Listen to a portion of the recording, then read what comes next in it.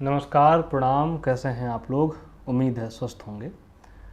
चिट्ठियाँ के इस एपिसोड में आज मैं आपको एक रोचक और बहुत ही दिलचस्प चिट्ठी सुनाने वाला हूँ। यह जो चिट्ठी है इसे चार्ली चैपलिन ने अपनी बेटी के लिए लिखा। उस बेटी के जो नृत्यांगना थी। मेरी प्यारी बेटी, रात का समय है, क्रिसमस की रात। मेरे इस छोटे से घर की सभी निहत्थी लड़ाइयाँ सो चुकी हैं। तुम्हारे भाई बहन भी नींद की गोद में हैं। तुम्हारी माँ भी सो चुकी है। मैं अकेला अधजगा हूँ इस कमरे में। धीमी सी रोशनी है। तुम मुझसे कितनी दूर हो, पर यकीन मानो तुम्हारा चेहरा यदि किसी दिन मेरी आँख के सामने ना रहे, उस दिन मैं चाहूँगा कि मैं अंधा हो जाऊं। तुम्हारी फोटो वहाँ उस मेज पर रखी है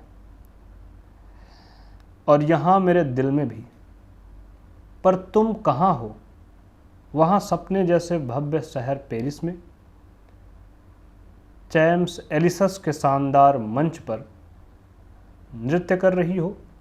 इस रात के सन्नाटे में मैं तुम्हारे कदमों की आहट सुन सकता हूँ। शरद ऋतु के आकाश में टिमटिमाते तारों की चमक मैं तुम्हारी आँखों में देख सकता हूँ। ऐसा लावण्य और इतना सुंदर नृत्य, सितारा बनो और चमकती रहो। परंतु यदि दर्शकों का उत्साह और उनकी प्रशंसा तुम्हें मदहोश करती है या उनसे उपहार में मिले फूलों की सुगंध तुम्हारे सर चढ़ती है, तो चुपके से एक कोने में बैठकर मेरा खत पढ़ते हुए अपने दिल की आवाज़ सुनना।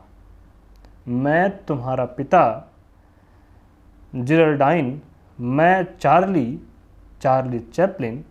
क्या तुम जानती हो, जब तुम नन्ही बच्ची थी तो रात रात भर मैं तुम्हारे सिरहाने बैठकर तुम्हें स्लीपिंग ब्यूटी की कहानी सुनाया करता था।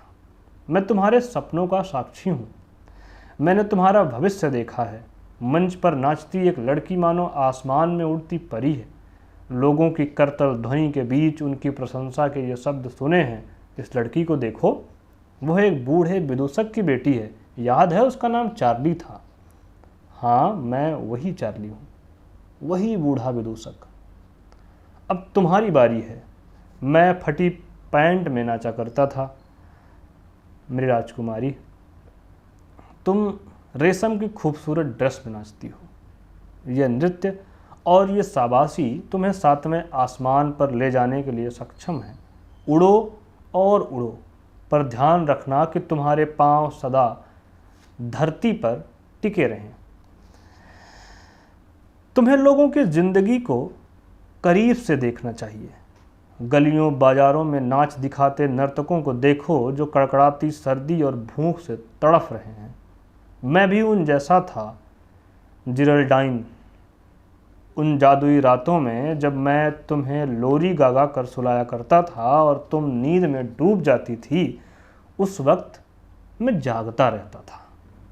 मैं तुम्हारे चेहरे को निहारता, तुम्हारे हृदय की धड़कनों को सुनता और सोचता, चार्ली, क्या यह बच्ची तुम्हें कभी जान सकेगी? तुम मुझे नहीं जानती। मैंने तुम्हें अनगिनत कहानियां सुनाई हैं, पर उसकी कहानी कभी नहीं सुनाई। वह कहानी भी रोचक है। यह उस भूखे विदूषक की कहानी है जो लंदन की गंदी बस्तियों में नाच गाकर अपनी रोजी कमाता था। यह मेरी कहानी है। मैं जानता हूँ पेट की भूख किसे कहते हैं। मैं जानता हूँ कि सिर पर छत न होने का क्या दंश होता है। मैंने देखा है मदद के लिए उछाले गए सिक्कों से उसके आत्मसम्मान को छलनी होते हुए, पर फिर भी मैं जिंदा हूँ। इसीलिए इस वर्षों से भी अधिक समय तक लोगों का मनोरंजन किया, पर हंसने से अधिक मैं रोया हूँ। जिस दुनिया में तुम रहती हो वहाँ नाच गाने के अतिरिक्त कुछ नहीं है। आधी रात के बाद जब तुम थिएटर के बाहर आओगी तो तुम अपने समृद्ध और संपन्न चाहने वालों को तो भूल सकती हो, पर जिस टैक्सी में बैठकर तुम अपने घर तक आओ, उस टैक्सी ड्राइवर से यह पूछना मत भूलना कि उसकी पत्नी कैसी है। यदि वह उम्मीद से है तो क्या अजन्मे बच्चे के नन्हे कपड़ों के लिए उसके पास पैसे हैं। उसकी जेब में कुछ पैसे डालना कभी न भूलना। मैंने तुम्हारे खर्च के लिए पैसे बैंक में जमा करवा दिए हैं, सोच समझ कर खर्च करना। कभी कभार बसों में आना, सबवे से गुजरना, कभी पैदल चलकर शहर में घूमना, लोगों को ध्यान से देखना, विधवाओं और अनाथों को दया दृष्टि से देखना। कम से कम दिन में एक बार खुद से यह अवश्य कहना कि मैं भी उन सभी जैसी हूँ। हाँ, तुम उनमें से ही एक हो बेटी। कला किसी कलाकार को पंख देने से पहले उसके पाँवों को लहूलुहान जरूर करती है।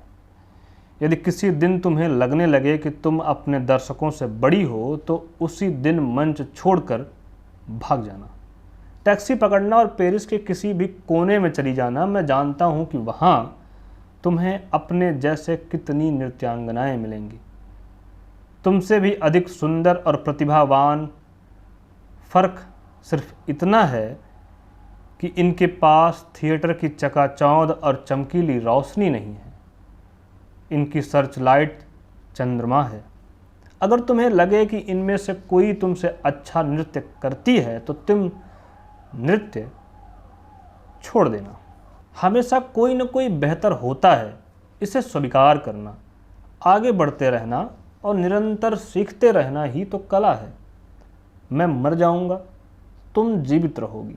मैं चाहता हूँ तुम्हें कभी गरीबी का एहसास ना हो। इस खत के साथ मैं तुम्हें चेकबुक भी भेज रहा हूँ ताकि तुम अपनी मर्जी से खर्च कर सको। पर 2 सिक्के खर्च करने के बाद सोचना कि तुम्हारे हाथ में पकड़ा तीसरा सिक्का तुम्हारा नहीं है। यह उस अज्ञात व्यक्ति का है जिसे इसकी बेहद ज़रूरत है। ऐसे इंसान को तुम आसानी से ढूंढ सकती हो, बस पहचानने के लिए एक नज़र की ज़रूरत है। मैं पैसे की इसीलिए बात कर रहा हूँ क्योंकि मैं इस राक्षस की ताकत को जानता हूँ। हो सकता है किसी रोज़ कोई राजकुमार तुम्हारा दीवाना हो जाए। अपने खूबसूरत दिल का सौदा सिर्फ बाहरी चमक दमक पर न करना बैठ। याद रखना कि सबसे बड़ा हीरा तो सूरज है जो सबके लिए चमकता है। हाँ, जब ऐसा समझ आए, ऐसा समय आए कि तुम किसी से प्यार करने लगो तो उसे अपने पूरे दिल से प्यार करना। मैंने तुम्हारी माँ को इस विषय में तुम्हें लिखने को कहा था। वह प्यार के संबंध में मुझसे अधिक जानती हैं। मैं जानता हूँ कि तुम्हारा काम कठिन है, तुम्हारा बदन रेशमी कपड़ों से ढका है, पर कला खुलने के बाद ही सामने आती है। मैं बूढ़ा हो गया हूँ, हो सकता है मेरे शब्द तुम्हें हास्यास्पद लगें, पर मेरे विचारों में तुम्हारे अनावृत शरीर का अधिकारी वही हो सकता है जो तुम्हारी अनावृत आत्मा की सच्चाई का सम्मान करने का सामर्थ्य रखता हो। मैं यह भी जानता हूँ कि एक पिता और उसकी संतान के बीच सदैव अंतहीन तनाव बना रहता है, पर विश्वास करना, मुझे अत्यधिक आज्ञाकारी बच्चे पसंद नहीं हैं। मैं सचमुच चाहता हूँ कि इस क्रिसमस की रात कोई करिश्मा हो ताकि जो मैं कहना चाहता हूँ वह सब कुछ तुम अच्छी तरह समझ जाओ। चार्ली अब बूढ़ा हो चुका है। देर सवेर मातम के काले कपड़ों में तुम्हें मेरी कब्र पर भी आना पड़ेगा। मैं तुम्हें विचलित नहीं करना चाहता, पर समय समय पर खुद को आईने में देखना, उसमें तुम्हें मेरा ही अक्स नजर आएगा। तुम्हारी धमनियों में मेरा रक्त प्रवाहित है। जब मेरी धमनियों में बहने वाला रक्त जम जाएगा, तब तुम्हारी धमनियों में बहने वाला रक्त तुम्हें मेरी याद कराएगा। याद रखना, तुम्हारा पिता कोई फरिश्ता नहीं है, कोई जीनियस नहीं है। वह जिंदगी भर एक इंसान बनने की कोशिश करता रहा। तुम भी यही कोशिश करना।